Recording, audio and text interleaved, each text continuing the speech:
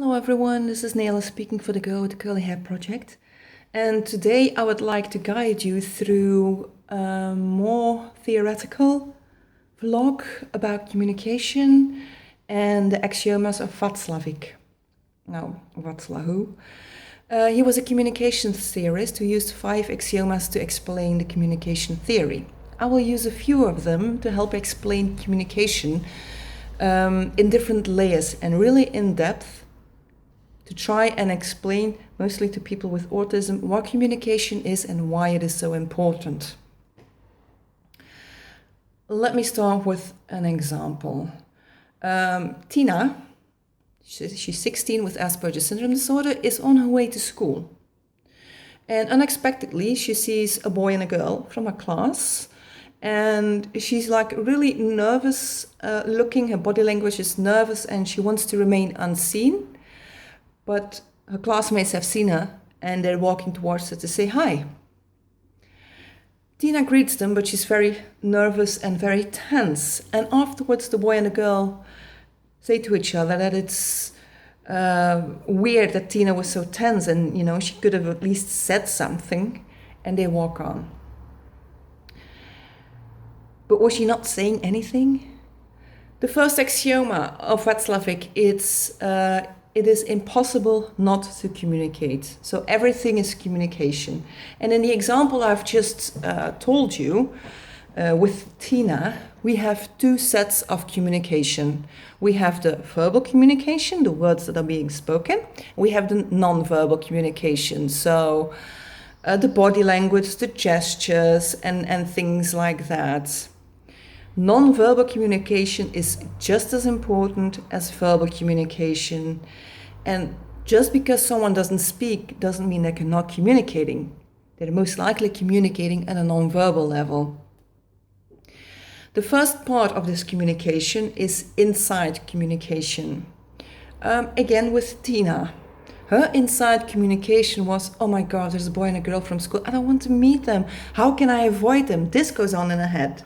That's what she's thinking inside communication. It doesn't necessarily go outside, which is outside communication. And outside communication is how the person is behaving and the thing that they're doing. So the inside communication with Tina was, I don't want to see them. I'm nervous. I really don't want to see them and I want to just remain unseen. Her outside communication was non-verbal. And her behavior was very nervous, very tense. So that's inside to outside communication. Then you have the other side, which is the boy and the girl from class.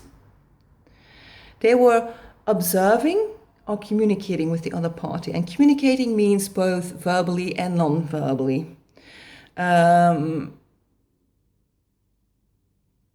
If I dig into that example a bit further, and let's move ahead a few minutes, and boy and girl move away from Tina and they start talking to each other. And the girl says, oh, did you look at Tina, how she was behaving? Oh, she's such a child sometimes. Like, she doesn't even know how to speak. And the boy just goes like, yeah. So that's the other side. They interpret what Tina had to say with her outside communication. I know this is complicated. Let me give you another example. When I have an exam, an oral exam, the inside is very nervous, very tense, high anxiety. Yet when I'm sitting down with a professor and doing my oral exam, I look very calm.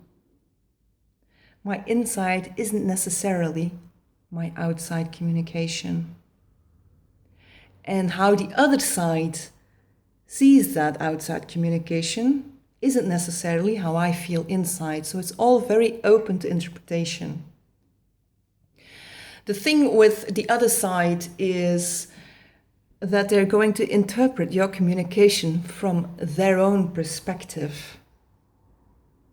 So they see your outside let's go back to Tina, which is anxious, panicky, nervous, tense. That's what they see. And they have to interpret that behavior without knowing what goes on inside Tina. So they interpret things from their own perspective, from their own glasses, as we say. And this can lead to false judgment, to not understanding communication.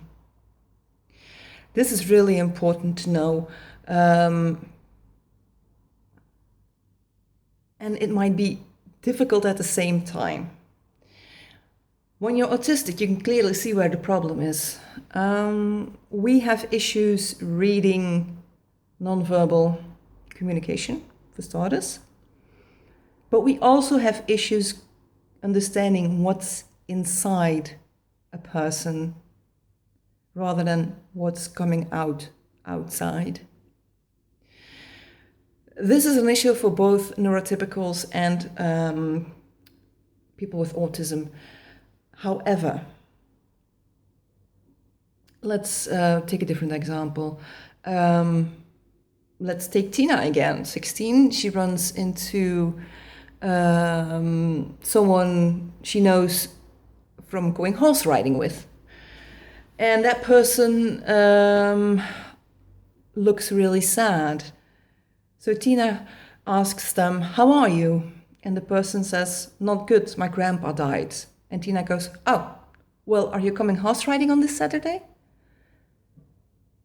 Tina has no idea that the inside of the other person is feeling really, really sad. That they're hurting on the inside. She doesn't understand unless someone tells her, literally. This is where you lack theory of mind. So, recap for a second. You have two types of communication: verbal, non-verbal. You have your inside communication in your head, how you feel, you think inside your head. Your outside communication, how the inside communication translates in your body and in your verbal communication. Then you have the other side, the people around you who interpret your outside communication. So you have to know the inside communication to be able to understand the outside communication decently. This seems to work for most people who are neurotypical to a certain degree. It mostly never works for people with autism. However, it can be taught. It takes a long time though, but you have to observe behavior. You have to understand communication, and you have to really delve into it and want it as well. So, in short, this first block on, just the first axioma of Watzlawick is one can never not communicate. You're always communicating, verbally, non-verbally.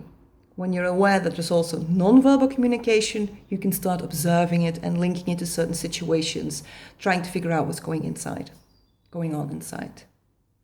The person who is communicating is aware of both their inside and their outside. By this I mean they're aware of their thoughts inside, how they feel inside, and they control how they communicate outside. Controlling non-verbally is a lot more difficult, but it's there nonetheless. The person who is receiving communication, so the person you're talking to, is more likely to be aware of the other person's outside, but not their inside, unless they know the person well. If I talk to my foster sister, who I've known for over 20 years, and I say something, she'll immediately know what I mean with it, because she knows me so well. In the case of Tina and her friend who lost someone, they don't know each other very well. So Tina only goes from the outside and doesn't understand how difficult it must be for them on the inside.